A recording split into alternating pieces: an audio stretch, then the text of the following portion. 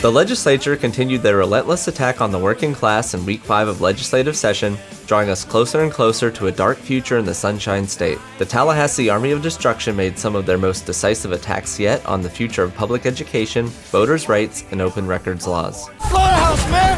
It's a slaughterhouse! Facing massive opposition from the legislature and their big money-funded allies, working Floridians stormed the Capitol to fight back. One of the bright spots in recent electoral history was the passage of Amendment 4, which was set to restore the voting rights to qualifying felons who had finished their allotted sentence. Today, we celebrate our Independence Day. Unfortunately, the legislature saw fit to deny the voice of the voters and decided to legislate this self-executing ballot initiative. Nowhere was it said that I had to pay my court fees. Now the fact that I may have a right to vote now is going to be taken away because I cannot afford $57,000, being a single mother, being a convicted felon where I cannot go to school without paying out of pocket. I cannot use the degree that I earned before I went to prison. I can't even pay those student loans back. You want me to pay the government $57,000 to vote? I believe House Bill 7089 significantly undermines and alters the impact of this historic mandate to expand voting rights in Florida. These are people who want to be reintroduced in society as equals. And we often, as community leaders, tell people, get your lives together, do right, do good. But we do not create a map and a climate for them to do so. We must allow them the opportunity to re-engage. This attack on voting rights was only the beginning of their massive attempt to wipe out the ability for citizens to amend the Constitution through ballot initiative. They renewed decade-old legislation that would make passing an amendment nearly impossible. SB 7096 would place draconian measures on concerned citizens who only want to have a voice in Florida's future. By limiting free speech, placing undue burdens on signature collection, and raising the popular vote threshold for passing an amendment, the legislature wants to ensure they are in charge of the future of the state, not the citizens. The House State Affairs Committee took up legislation that would literally take the sunshine out of colleges and universities in the Sunshine State. Under no circumstance are you allowed to take off your blindfold. SAC 2 is a bill that would make the hiring process of state, university, and college presidents happen in secret. Do not take your blindfolds off. Do not. By pulling the wool over the eyes of the public, this unneeded bill could lead to backroom deals and appointments that serve the interest of a select few, not the nation's top-ranked state university system. I teach at Florida State College at Jacksonville. We just yesterday announced the hiring of a new president from Illinois with 30 years experience. We had 74 highly qualified applicants for that position. 71 of them were from out of state, and they were not afraid to do business in the sunshine. That process that works so well in the state of Florida will be disrupted by the passage of this bill. People being afraid of applying for a job and that their employer would know that they're considering leaving. I don't know if we want those kind of leaders at our institutions. We need bold leaders that are willing to stand up and leave their current jobs. I don't think we need this. All this is going to do is set the tone for their administrations being hired under secrecy, and that's not the tone that we want. We want open institutions, and I am very opposed to this. Thank you. Our legislative leaders and our governor have been crowing about the fact that Florida is ranked #1 in the nation for higher education in U.S. News and World Report. If we are ranked #1 in the nation, if we are bringing in the most qualified talent from around the country already, what is the need for putting this in the dark? What is the need for cutting the people out of this process? Even though Florida's university system already recruits the highest qualified candidates under current law, the committee moved the bill forward favorably.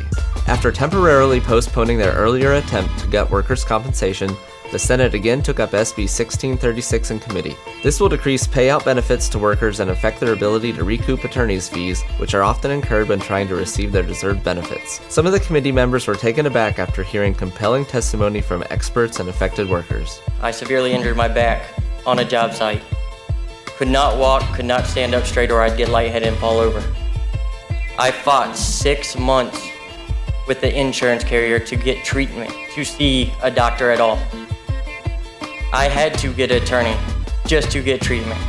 I completely oppose this bill, and I hope you guys vote no on this bill. It's just adding more headaches for the actual worker.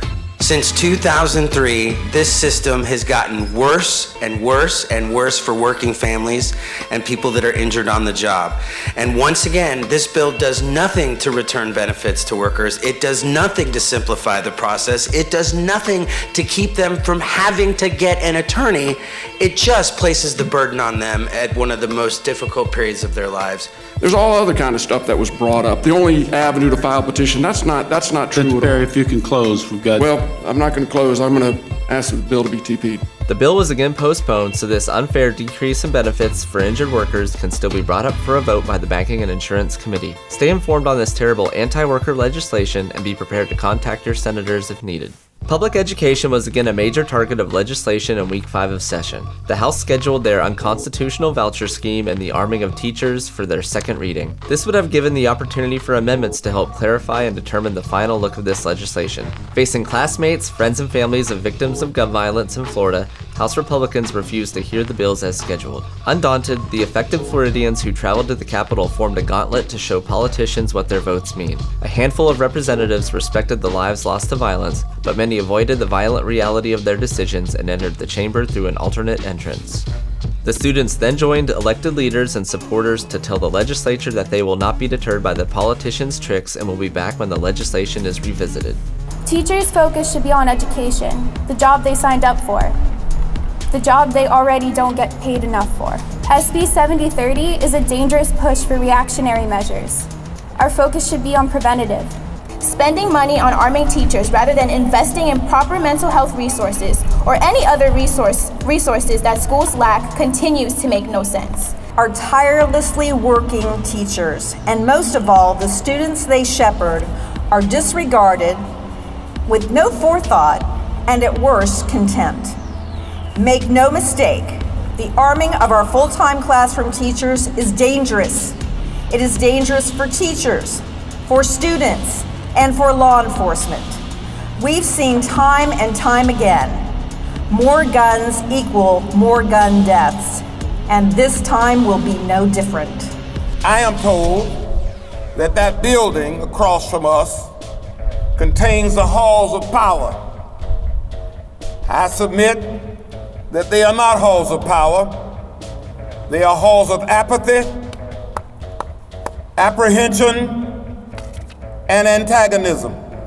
We serve notice today that we will not keep sacrificing our children and their futures on the altar of political expediency. The bill was temporarily postponed, but it's coming back, and so are these students. We'll be back! We'll be back! We'll be back! The battle royale in Tallahassee continued with working families standing up to big money-backed politicians. Welcome to another edition of Thunderdome! The activists sent to Tallahassee joined the Working Family Lobby Corps in supporting lawmakers standing up for legislation that will help Florida avoid a dystopian future. Listen to their tales from the Thunderdome in Tallahassee. It's being excited as a first-timer being here, having an opportunity to talk with my senator. Hoping to get in touch with our legislators and giving them answers to the questions they're not asking. I've learned a lot here this week. Learned one person can make a difference. I'm up here to try to talk sense into these senseless bills that some of these senators are actually making. We're here to educate our senators and let them know that this is our building and these decisions that they make would affect working families and our local level. Working families need a voice, and we need other people up here as well to help out working families and not just the rich and powerful. I'm a high school student from Gainesville, Florida, and I'm here to advocate for mental health funding in public schools and to make sure that legislators listen to the future that they talk so much about. I'm from Ukraine. I represent Future Leaders Exchange Program, and I think it's an amazing experience to be in here today with all of you guys and to see the Capitol. One person can make a difference in terms of getting a bill up. But when yesterday we had 20 Working Family Lobby Corps people stand up and wave in support of getting lead out of schools, it happens. talking about the workmen's compensation bill, arming teachers, and right now they're voting on these bills, and so we need to get back in there, and more importantly, we need you up here while we're not up here to hold these people accountable. Do you want your voice to be heard? Do you want to make a difference for working families? Come join us here in Tallahassee. Talk to these legislators. Join the Working Family Lobby Corps. We're here joining in on the fight for labor, families, and our future. So please come on up to Tallahassee and help us continue this fight. Solidarity! We have just passed the halfway point of session, so the fight will continue. The Working Families Lobby Corps needs your help. We know who the enemy is, and now it's your turn to step up and join the battle for our future. In the fight against career politicians and industry money, we need to stand together. Join the Lobby Corps and help ensure a bright future for Florida's next generations. Solidarity.